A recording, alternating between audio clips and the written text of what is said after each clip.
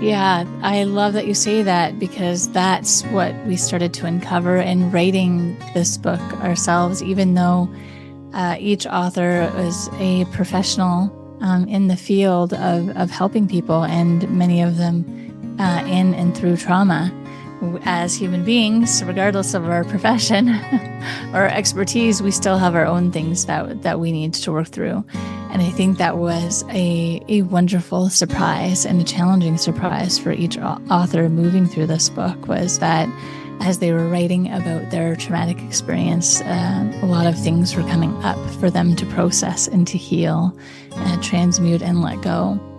And that's when I discovered, I think we all discovered, the power of healing through writing your story. Now, it wasn't just through writing the story, because there was a lot of steps that we needed to take and tools we needed to use to revisit that incident and heal it, so that we could then write about it from that healed perspective, where we weren't getting lost in the story, but where we were able to get to the other side of it and find the wisdom and the life lessons and what that story gave to us, what the gift was in that story. Because I'm sure we can all, as human beings, relate to the fact that pretty much 10 out of 10, the most challenging experiences of our lives, the most horrific experience of our lives, once we've got to the other side of it, have also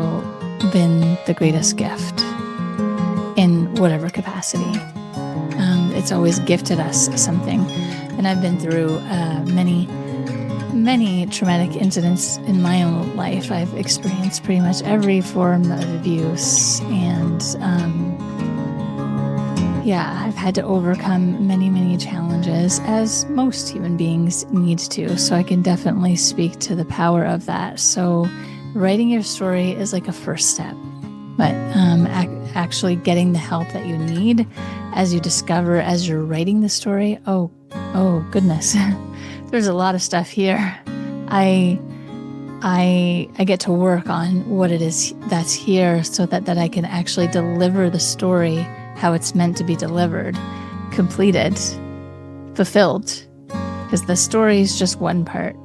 The fulfillment and the tying of the nice bow and adding the wisdom part is the end of the story. Okay, everyone, welcome back to Living the Next Chapter. I have another great author on the podcast. It's exciting. And when I see an author pull out their microphone, I'm like, oh, this person is serious. And I love it. It's great. It's good. It's good to have Lainne's here on the podcast. We're going to be talking about her journey as an author. As we're recording, it's Mother's Day, everyone. So happy Mother's Day for those that are listening. And you're a mom. We really celebrate you. And Lainne has done that today with her family, which is great. Lainne, welcome to the podcast. Glad to have you here. Thank you so much for having me. And yes, happy Mama Day. It's such a special day. Right. It's good. And in true Mother's Day fashion, kickboxing was on the menu for today. It was. As all moms do on Mother's Day, right? Yeah, well, being a mama is like you're kickboxing every day. You're fighting to get things done. You are strenuously moving from morning to night. Yeah, you're trying to strategize. Kickboxing is a very reflective sport to like what it is to be to be a human, but definitely to be a mama. Okay, so I got to ask, how long have you been kickboxing for? This is a nice way to start a conversation. Well, I don't really kickbox. I do the family kickboxing class with my son. There you go. Oh, okay, and good. he is into all kinds of movement, and I am too. Actually, I didn't think that I would like it, to be honest, because I'm not very confrontational, and I'm not very aggressive. And it turns out that I actually love the class. And because I just started taking Tai Chi so I could learn Tai Chi swords. That's my jam. There you go. I love it. It's great. And then on top of all that, on top of being a great mom, kickboxing classes, all that great stuff, you have time to be an author. Like, How do you squeeze that in? Where does the author part kind of show up in your life? Well, there's time for everything. And I don't say that lightly.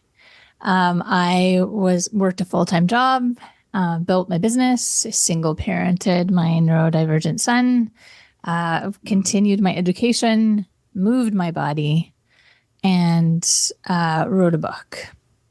Wow. And that's not to say, wow, I'm so amazing. I mean, I am, yay me. I got to celebrate that. It's not to diminish myself either. But the whole point is, as I wanted to do all these things, like, okay, I want to move my body. It's really important. I want to take care of myself. I want to have the energy to do what I want to do. And I want to be around long enough to enjoy my son's life and his kid's life. So like, that's non-negotiable. I have to move my body, take care of myself. Okay, well, I have to work because I have to have like food to eat and a place to live. And as much as I've loved working and having my business be part-time, because it seemed less stressful to me.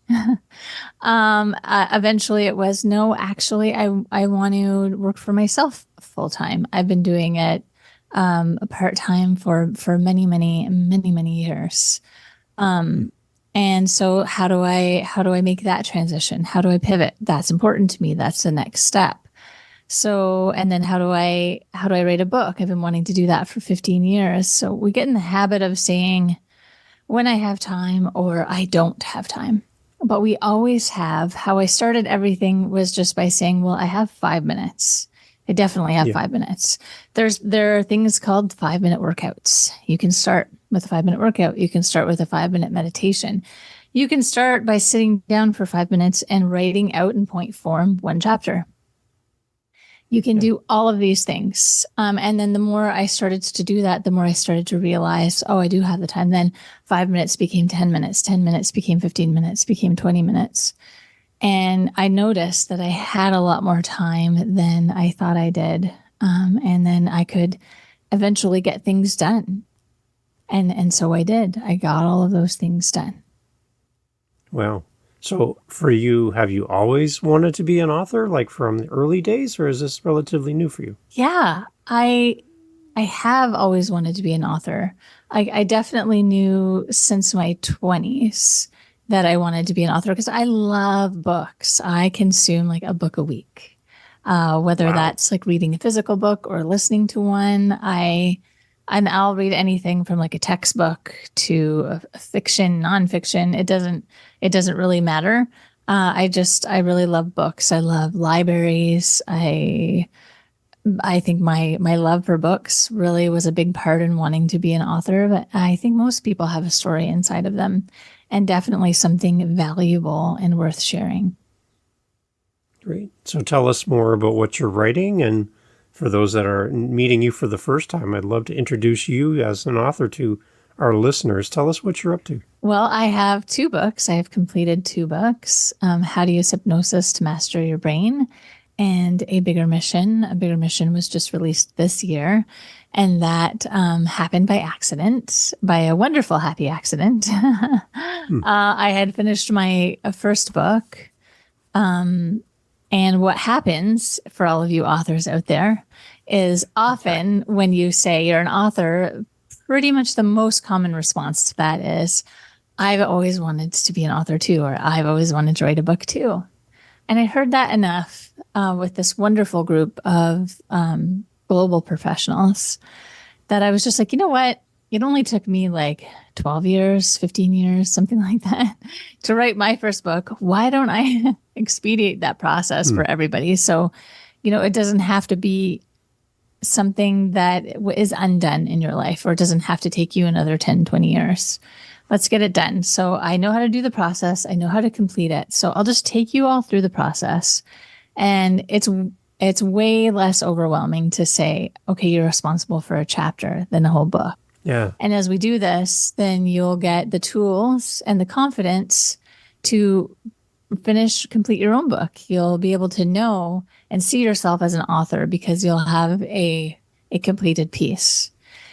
And a year later, we completed the book. Is I didn't realize all the different roles I would be taking on in that project, and it turned out to be this really wonderful development for me as helping each author to develop their story and edit it and put the whole piece together.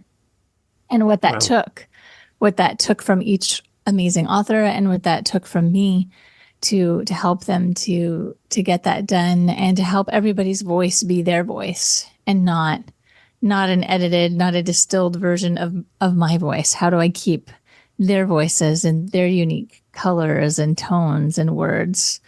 And it was so amazing, and it's such a fantastic book. It was a best-selling book, and we have a workbook coming out and the audio version coming out as well, and really, really proud of it. It's good. How are you going to do the audio version of the book with multiple authors in their one book? Well, we are extremely blessed. And one of the authors in our book, he is a world-class musician. He has won awards himself. He is very, very talented. And he's been showcased in movies and TV. And so he is finishing the audio portion of our book. So we have that privilege. Yeah. Wow, that's amazing. Yeah. So beyond for the author's benefit, there's authors listening to our podcast. They are contemplating being part of a collaborative book like you've done. Beyond having your words in a chapter in a book with a bunch of other great authors, what other side benefits did you see or experience for the group in the process of writing a book and collaborating with all these great people? Oh man, there's so many benefits. And I can't speak to the process of other group projects. I know how it worked for ours.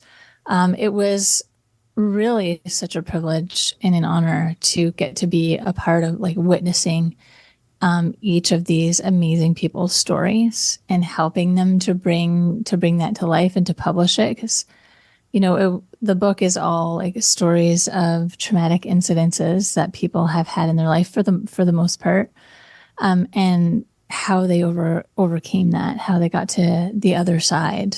And so there's some really touching stories in there. So getting to witness that and be a part of that. And also the cool thing about getting to discover how valuable it is that we each have our own voice. It was so cool that every single person's writing style and language was different, and it was all amazing. And so the benefits of that was for me, and just getting to hone and cultivate a new skill set, that was definitely beneficial for me. But coming together as a group, it's really, really intimate, and it really deepened our connection and our relationship. And also just expanding on the project and what else can this be, and how can we contribute, and how can we grow, and what more can we learn when you're working with a group of people? That's possible. And so learning and honing your communication skills, and also your dreaming, what can we do and what's possible here? Yeah. And I just like the idea of community, because a lot of the authors I speak to in the early days of their author journey, that was writing by themselves, trying to stay motivated. And if motivation's a hard thing for you personally, it's really hard to get out there and just write, back to the 5 minutes, to start, right? But sometimes it's hard to write on your own. But when you're a part of a group and you are contributing to the group, it kind of has some built-in motivation to it. And absolutely. I like the idea of community. Did you have a chance to pull the authors together at any point? Have they met each other? What kind of interactions have they had? We all previously knew each other from a program that we were all in, but we got to know each other on a deeper level. But we're global. There are authors in Europe, authors in all over the States, and even across Canada. So I have met one of the authors in person, and I'll meet another one in June. But we do plan on connecting physically and doing more things, creating more things with the book. Moving forward, as the workbook comes out, because with everybody's story, it's because we're all specialists in our own different respects. We all work with clients to help them move through the challenges in their lives. We all do that in our unique capacity. And so with the workbook, that's what we have, the tools that the reader could use to move through a similar challenge that they would have had. So the challenge that I spoke about in the book was the time that I got mugged. And the physical and the emotional and psychological challenge of that. And along with all the other things, so how did I find myself in a scenario in which that happened to me? It's all of the different things that we create in our lives. And then taking responsibility for that and bringing the power back to self. And what are the tools that I used to be able to move through that trauma? And I'm still working through some of it today. I had some physical damage that I didn't really notice because I was fine, as probably a lot of people can attest to. When something happens to them, they're fine. And so I ignored a big part of the healing that I needed to do. But the thing about that is it never goes away, and you always have to end up facing it. And so I'm facing different parts of it right now. But it's cool to also give, here's the story, and then here's tools that you could use if you found yourself in some kind of a similar situation and you're still looking to do some healing yourself. When you say mugged, I'm like, wait a minute, I want to know more about that. That's why we buy the book, everyone. So that's why we're not giving away any of that story. You need to go buy the book. But I've had another compilation book of different authors come on in the past, and I've actually had the chance to meet with each of the authors for each chapter, and we did like a whole release around the book, and you got to hear the voices of everyone in the book, which was so cool because now you can go chapter to chapter to chapter, episode to episode. And we did a shorter version of the podcast, but just able to share the stories from each of the authors in the book, and it's just a kind of a neat thing to hear each story, because a lot of the people coming onto an author podcast, they're like, I've only written a chapter. Yeah. I'm not really like an author. Like I haven't written like War and Peace or something. I just wrote a chapter. But you did write. You are an author. And I want to preface that you took your thoughts, your story, and you put it into words, and now it's out there in the world. You need to celebrate that. You are an author. Yes, I love that. Thank you for pointing that out, because it's so important. We have dreams inside of us, and we have stories to share. And going back to that, I said that at the beginning, and I'll say it again. Your story is so important. What you have to share is so valuable. And if it's a chapter, a paragraph, a poem, like whatever it is, no matter how long or short it is, that's not what determines the value of the message and the importance of the story. So if you were to do a new book today, and myself and the listener that's listening to our episode today, we're going to be some of the contributors to your new book. What are some of the things that you would teach us as a brand new author writing a chapter in your book? What are some of the things you'd give us as some parameters, some motivation, some guidelines? How would you want us to contribute to your next product? I'd like to hear your thoughts. Well, in terms of like writing, like how can I start? How can I begin? How do I do it? That's the easy part. Actually, you know what? I'm going to say it's all easy. It's just, it's unfamiliar. So it feels like it's hard, but each step is not hard. It's actually easy. It's just the getting started part feels hard because you're creating a new habit, but you just word vomit. Do not edit yourself. Never edit yourself. Just start writing. And maybe you don't want to write. Great. We have all these cool tools now that we're in this, computer digital age. You can just speak and it'll go from voice to text. And you just dump it all out. Dump out all of your ideas. Don't edit anything. Don't second guess anything. Don't think about whether or not it makes any sense. Don't think about whether or not it wasn't any good, or, oh, I want to re-say that. Great, re-say it, but don't cross anything out. Just word vomit. That's what I would say over and over again. Just vomit, just vomit, just vomit. And then as you vomit, then you begin the process of refining. And refining is different than editing. You're not cutting anything out, so to speak. You're picking out the gold pieces, the pieces that are sticking out most to you right now, after you've word vomited. Oh, actually, I thought I wanted to say this story, but after I let it all out, what was underneath that was this. And I'd like to start with this, or I'd like to write about this actually instead. So you'll start to find those golden nuggets.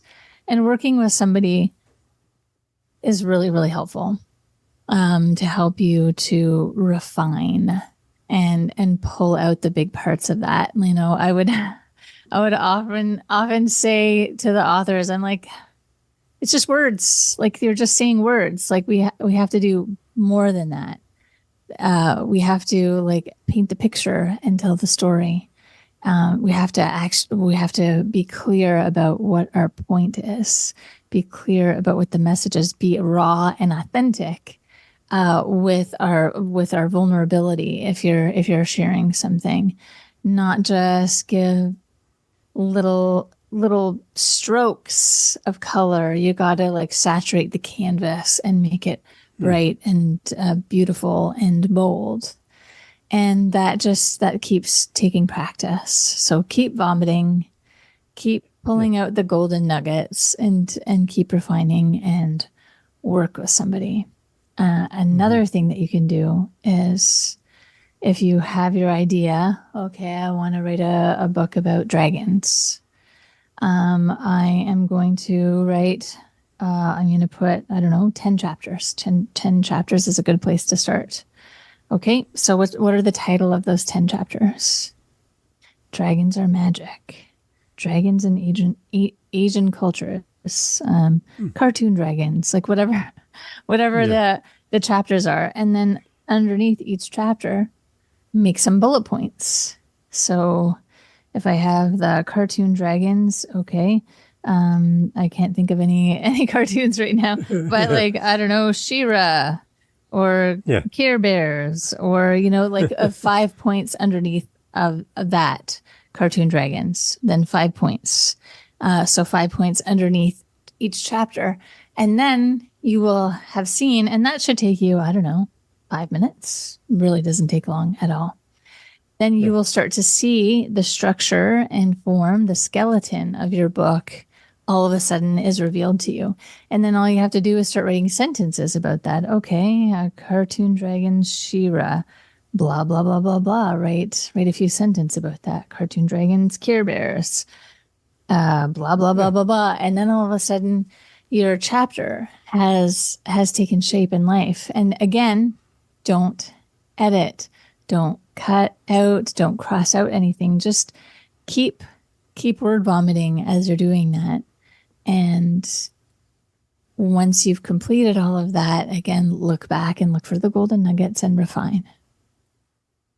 So it sounds like a living document. So therefore, you would be living your next chapter. Yes. The name of my podcast. Right? You're kind of doing that, right? There we go. That was a plug right there. I love it. Okay, so one thing I find very puzzling about my wife, Jennifer, is her obsession with puzzles. There we go, that all ties together. She just loves puzzles. She could spend hours and hours. TV's on, there's something happening in the background. But she loves her puzzles. For me, I get frustrated with puzzles. I feel like they are a lot of work, and then you just put them back in the box. But she loves them. But it's all the idea of taking these things that don't look like they match, they don't fit together, and something beautiful is the result. That's a nice analogy. I love that. There you go. So for you, you're pulling together all these different stories, and they don't technically match. No. These people haven't talked in a group. They don't know each other personally. They don't hang out on the weekends together. They're all over the world. So you're taking these little puzzle pieces as the person pulling this book together and trying to create a picture for us. Well, we did all know each other because we were in a program together.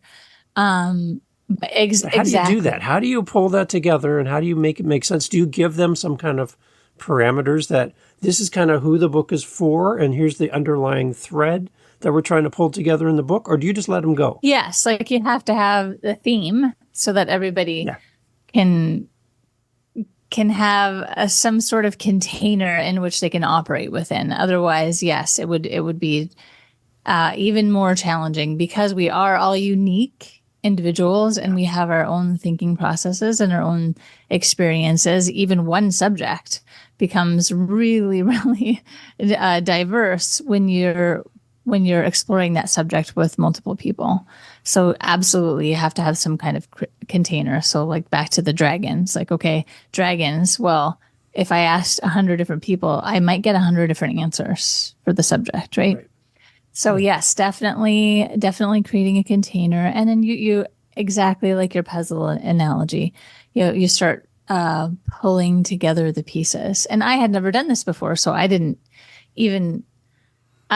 know that the process would be what the process was. I just thought, oh, everybody's just going to write their story and we'll just put it together and then there you go. And no, that wasn't the process. It was, there were many, many more steps, but it was really beautiful for everybody, as everybody really grew and developed new skill sets through that process. And I guess a sense of pride and accomplishment for everyone that's contributed. Tell me some of the feedback that the authors, how were they different before they started writing with you in this project, and then after, as a book has come out? How are these different authors in the chapters? How are they different? Completely different. I mean, they were really blown away by the process themselves, and by the finished product.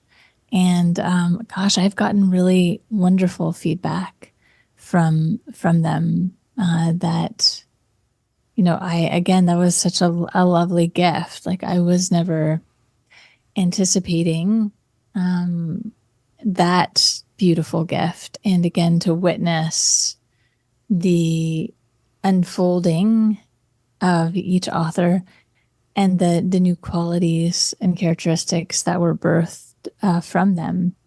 And also, like coming head to head against like challenging points, and like, how do I navigate that? How do I take this really intimate, vulnerable story, and how do I give feedback about that? And how do we draw from that and pull from that? And how do we develop it in a way that goes with the puzzle and honors who they are and their story and their writing style. Nice. So, okay, so I want to talk about your first book as well. Before we do that, though, as far as this book, where is it available? How do people get a copy of this great collaboration book? On Amazon, it's the best for anybody, again, who's looking to become an author and publish. There are so many different possibilities, and I bet that they're all pretty great and wonderful. And that used to be a big hurdle, because you used to have to either get a publisher, or if you were going to self-publish, like buy 10,000 copies of your book. Yeah. And now you don't have to do that.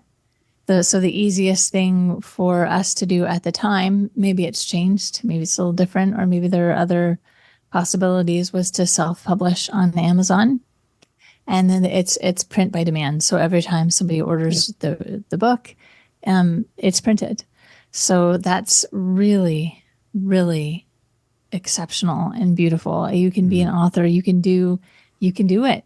All of the framework, all of those steps, the publication, the things that you think is going to be the biggest hurdle, that's already done. It's made easy for you. So really, all you get to do is share your beautiful story. So that was so helpful from when I started writing, because my first book, which is There Is Magic But No Magic Pill, which I've yet to publish. Like I said, it was 15 years ago at this point. There wasn't those things in place. So it was a little bit more challenging. And now I'm so grateful. as an author. And you get to be too, or you should be too, that you can do it. The hurdles have been removed. You can publish any and all of your books. I love it. I guess the other shared benefit to everyone that writes collaborative with other authors, when you write your own book, you're your own promotion machine. You have to get out, talk about your book, and it's just an author of one talking about a book. When you write with a group of people, you have an entire group all talking about the same book. So you're getting all the support from each other promoting the same project, and there's multiple ways of being promoted then. Instead of one voice, you got multiple voices. It's a great side benefit. It really, really is. It helps because you will learn as you go through the process of becoming an author and publishing your book. Like that's not the end. It's a new beginning. Is exactly. So then you want people to actually know that your book exists and to buy your book. And then learning that whole process. So how do I sell this book? How do I market this book? How do I let people know that this book exists? It's a whole other beast, and you can have fun with that. You can have fun with it. You don't have to know it and learn it like the second that you've published your book. You can take your time. It can take you a year. It can take you 2 years. I was really nervous about that, thinking that it had to be right away. And it doesn't have to be. You can take your time. You can learn all of those processes. Just, take it step by step. Finish your book, celebrate. You're amazing. You did it. And then, okay, now it's learning this next process. And it's okay if you still have room to grow, and if you make mistakes, and if you don't do everything perfect, it's totally okay. It's all like a work in progress. Yeah. So what was the motivation for you to write the first book and that project? How did that all start for you? And kind of who is that book for? What's your intent? So my first book, There Is Magic But No Magic Pill, is more a story about like me and my life. And that's really personal to me. It's raw. And so as I just said about learning the whole process, as I was learning about the whole process, I was like, oh man, there's so much to learn. There's so much to do. I think if I'm going to learn all of these things, I'd rather do it with a book that wasn't so vulnerable and personal. I'd rather do it with a book that is more like ready for the masses, like how to use hypnosis to master your brain. That like what's a subject that most people are interested in that's not about me. It's not going to be personal. It's going to be information that's valuable. So that's how I ended up writing the second book, was because I wanted to be doing that process with something that was really valuable, that I was able to offer information to people in a more general way, so that I could learn the process of how do I publish a book, and then what do I do with it thereafter. Nice. So for authors that are listening, again, we'll jump back to them. Just your thoughts around how like, for example, we're dealing with a world full of AI and computers and all that stuff, kind of doing all the writing for people. What is the power of a person's story that a tool like an AI tool and all that other stuff, they can't duplicate? What is the power of one person's story? Why is that so important? I'm so glad you brought that up, because some of the authors within the book tried to use AI, and right away, like they didn't tell me that they used it, but right away I was like, this is not you, and this is not good writing. Wow. Okay. What was it that caught your attention, though? It is, I think, and perhaps it'll change, because AI is definitely a new tool. And I have had the experience of people having used it in ways in which it was definitely useful. But it doesn't tell, there is this connection There's a connection that you get from reading somebody's word, whether or not it's good writing or not. It's not about good writing. It's about connecting. So maybe the AI was technically good writing, but it was empty. I didn't feel anything. I didn't feel connected to it. But, next to somebody's story that's not technically a good writer, I was way more interested in that story because I felt that connection. And that was my feedback, like directly, like, this is crap. Like, this is crap. This isn't you. This isn't your voice. This isn't your tone. I don't feel you. I don't feel connected. This is not a good story. And so that was really, really interesting to be able to feel the difference in just how it felt to me in my body, in my heart. In reading it, it was tangible. And so we got rid of all of that and just focus back in on their story. So I think, AI at this point anyway is better for like technical writing or helping you to create like the skeleton. Like, this is the format of this particular chapter or article or whatever it is. Now now that I have the format, I'm going to fill it in with my words. And so it's just knowing when and how to use a tool. But definitely from my experience, it does not replace the heart of a human being. Yeah. And I think that's going to be something going forward into podcasting, what I do, and to authors as what they write their book. Anybody that does content, it's going to become very plain and obvious when you take somebody who writes a book, put them up on stage, for example, and have them talk about the subject of their book, and they can't really do it clearly because they leverage the tools to help them learn their writing in a moment. When you have something personal, when your story about being mugged, that's a story that can't be duplicated by AI. They can try, but that's a story. That's a story that you own, that inside and out. You know the feelings, everything associated. You can take us in there in the moment. You can really portray that to us. And I think that's the power of being an author. And when you listen to this as a new author, to encourage you that you might say, I'm only writing a chapter in a book. You might say, my story's not that important. It's not that exciting. I don't know if anybody really would be interested.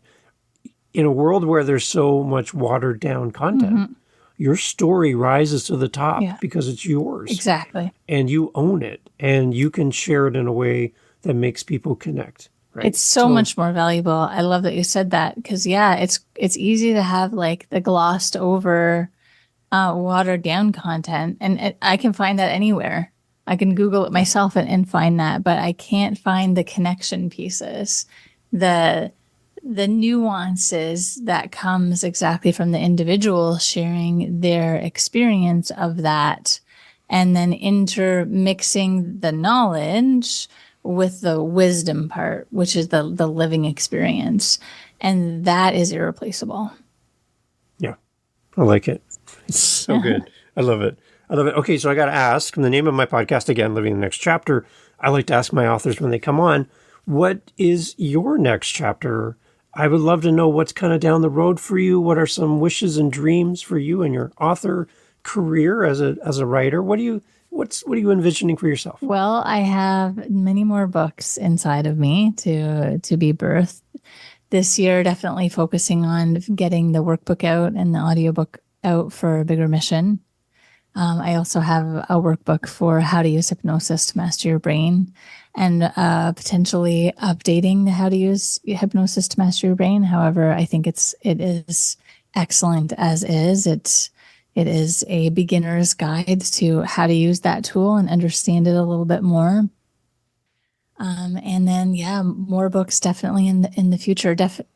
Definitely, I get to publish How There Is Magic, But No Magic Pill. I get to publish that one likely next year, and we'll see, because there's a potential other project that's brewing over here that might take precedence, which would actually add more dimension to How There Is Magic, But No Magic Pill. So we will we'll see. But yeah, there are so many amazing things to write about, and life is so rich and full of wonderful experiences to share. I love it. Any thought from you around podcasting at all? You sound amazing on the mic. You're a very interesting person to talk to. I would listen to your show 100%. So any idea about that? What do you think? Aw, thank you. That's really sweet.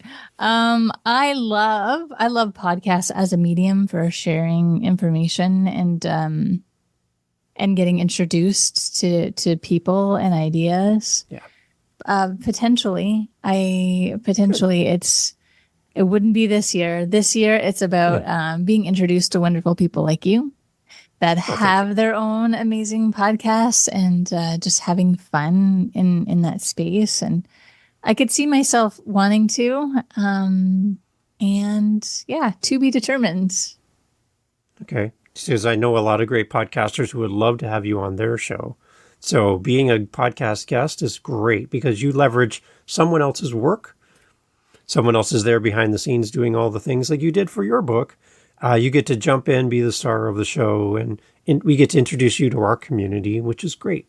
So just guesting, I say just, but it's not just. Guesting is amazing. Yes. It's a great way to connect. Yeah. So that's awesome. There's something special about you and what you do that I think you could help so many people. Thank you so much. I want to put that out in the universe for you. Thank you. You know, we'll see what happens in the future. But I appreciate that. Thank you so much.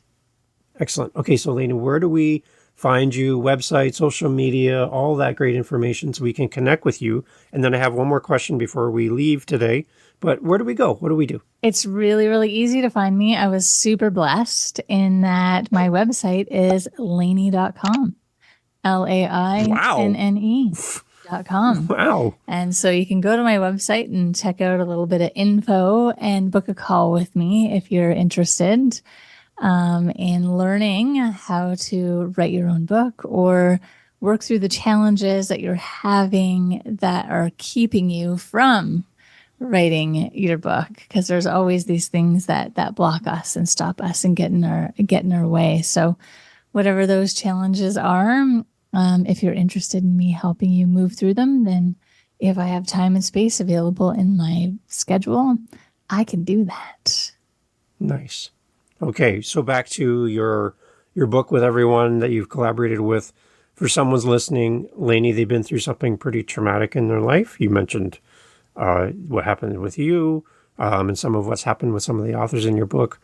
Somebody's gone through something that's been really traumatic. It's been like a monumental moment in their life, and they keep going back to it mentally. When they have a time to think, they go there, and they want to heal in the process of writing. Mm-hmm. The power of writing and sharing your story to address a trauma, right?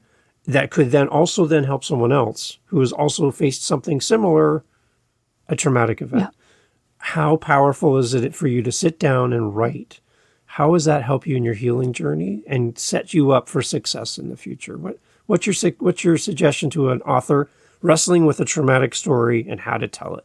Yeah, I love that you say that, because that's what we started to uncover in writing this book ourselves, even though each author is a professional in the field of helping people, and many of them in and through trauma. As human beings, regardless of our profession or expertise, we still have our own things that we need to work through.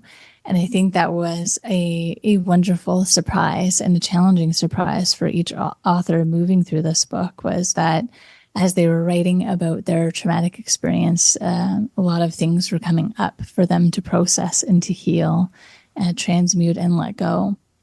And that's when I think we all discovered the power of healing through writing your story. Now, it wasn't just through writing the story, because there was a lot of steps that we needed to take and tools we needed to use to revisit that incident and heal it, so that we could then write about it from that healed perspective, where we weren't getting lost in the story, but where we were able to get to the other side of it and find the wisdom and the life lessons and what that story gave to us, what the gift was in that story, because I'm sure we can all, as human beings, relate to the fact that pretty much 10 out of 10, the most challenging experiences of our lives, the most horrific experience of our lives, once we've got to the other side of it, have also been the greatest gift in whatever capacity. It's always gifted us something. And I've been through many traumatic incidents in my own life. I've experienced pretty much every form of abuse, and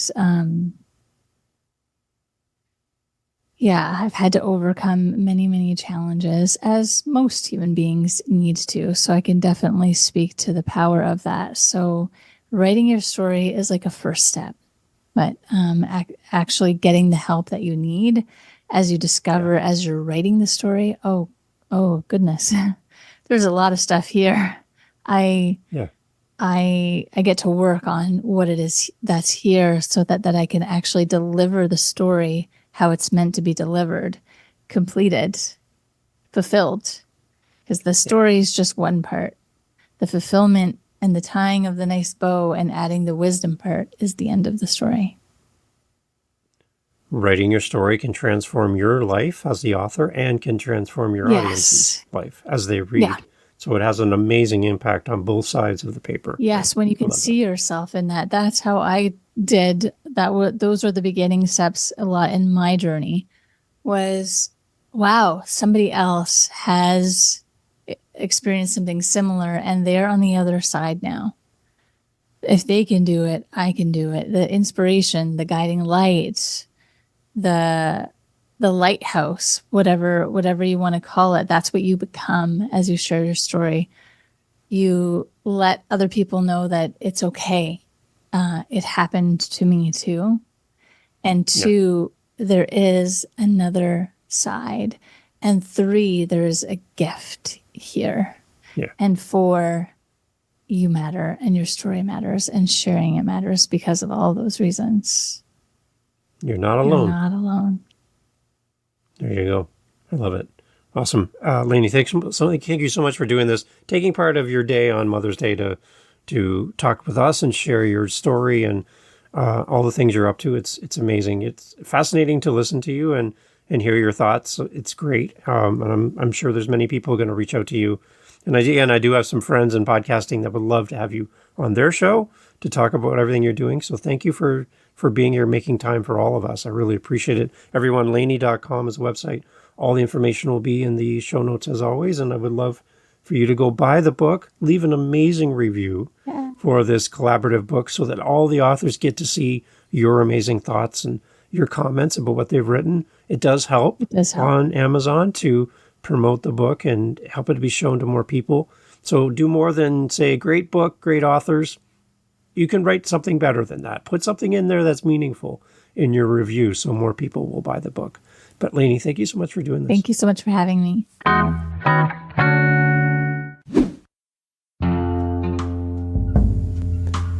Hey, thanks for listening all the way to the end of the podcast. That's a big signal to all of the players, the YouTubes, the Apples, the Spotifys, that you found value in this episode of Living the Next Chapter. Just by you listening to the end, you just sent a huge bat signal out to the app saying this was a great podcast, a great conversation. So you listening to this point, you've done your job. I have one more ask of you. If you know anyone that would benefit from this conversation, would you share this episode with them? Would you just get on, send them a message, send them the episode, tell them about this episode, tell them to go livinginthenextchapter.com to get all the information about the podcast. Can you do that for me? Because the more people that hear this message, this episode, the better. I want to support these amazing authors. And I know you do as well. So sharing this episode really helps. And I appreciate you. See you on the next episode. And thank you for listening to Living the Next Chapter.